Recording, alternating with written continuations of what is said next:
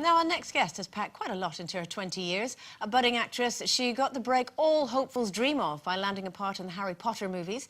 And it wasn't just any old role she was cast in. She was given the rather enviable role of sweet and adorable Ginny Weasley, the girl who goes on to steal the heart of the world's most famous boy wizard. Please welcome Bonnie Wright.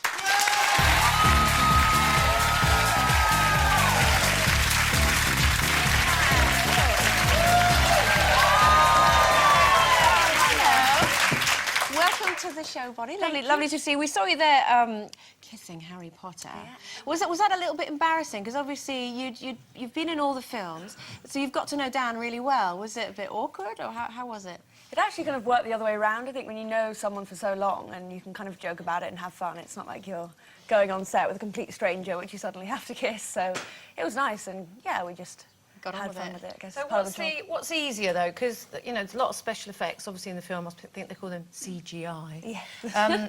Is it easier to do something like that? You know, like a love scene, a little kiss, or is it easier to do the stuff where you've got nothing behind you?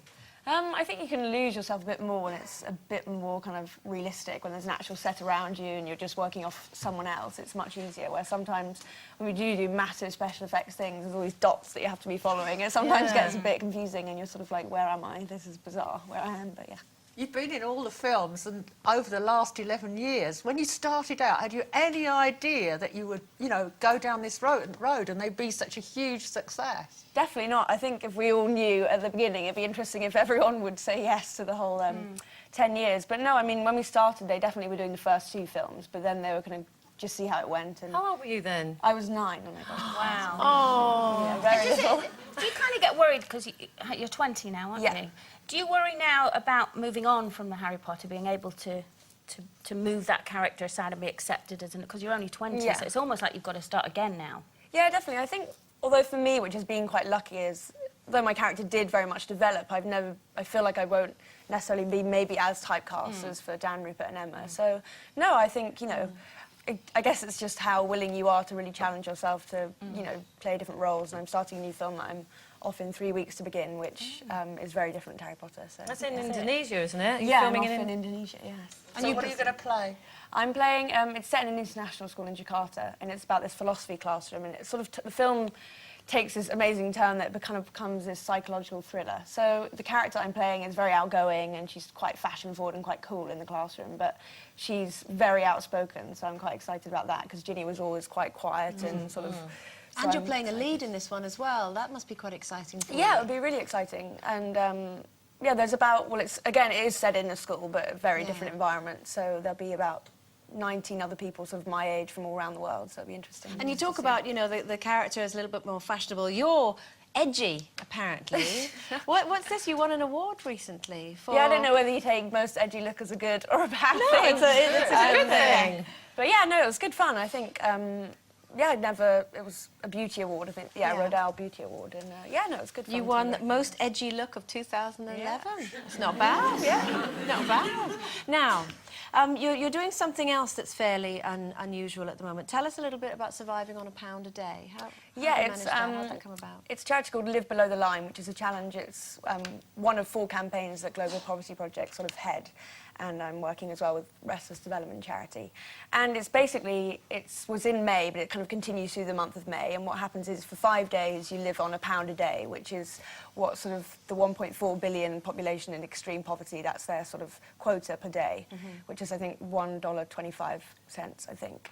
And so, yeah, so it was a week between the beginning of May, and sort of a lot of people got involved, and we tried to get, you know, as many of the public to become, you know, involved. And, you know, it's really hard for anyone to really put themselves in a situation and feel like what it is like. Just for feeding yourself, though? It's not everything. It's not rent and everything. That's it's just you know, for... So what was your how diet easy on was £1 a day? Yeah, it was interesting, actually. It was kind of...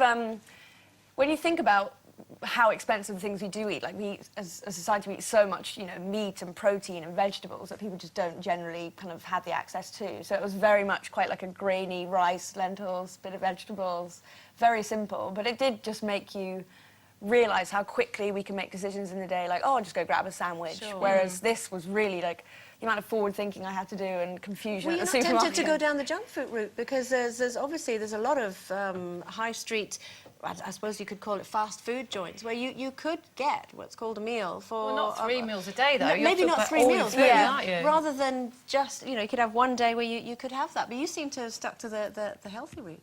It's true, you could. Like a friend of mine who I was doing it with, like some days she just was working so much in the day that she couldn't organise it. So you could just go and get, you know, a packet of, I don't know, ice buns from Tesco's for 50p, but then once you've eaten that, you'd feel pretty sick. And I think the other thing about living on £1 a day is that we all throw so much food away. Yeah.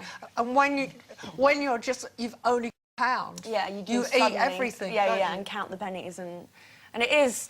I mean, obviously, it did make me like rethink in the sense that how we eat and how our cultures, you know, we're so lucky. But at the same time, it can't really put you in the real situation of what it's like. So, but you know, I think for me, I learned so much, and that was the reason why I sort of wanted to spread it. I think people's knowledge is not as broad as probably everyone wants. Well, Bonnie, fair play to you for taking is it the last Harry Potter film that we've got? How many have we got left to do now? Yeah, last one to do, isn't it? Because I've seen the last one that was at the cinema. It's really rather good.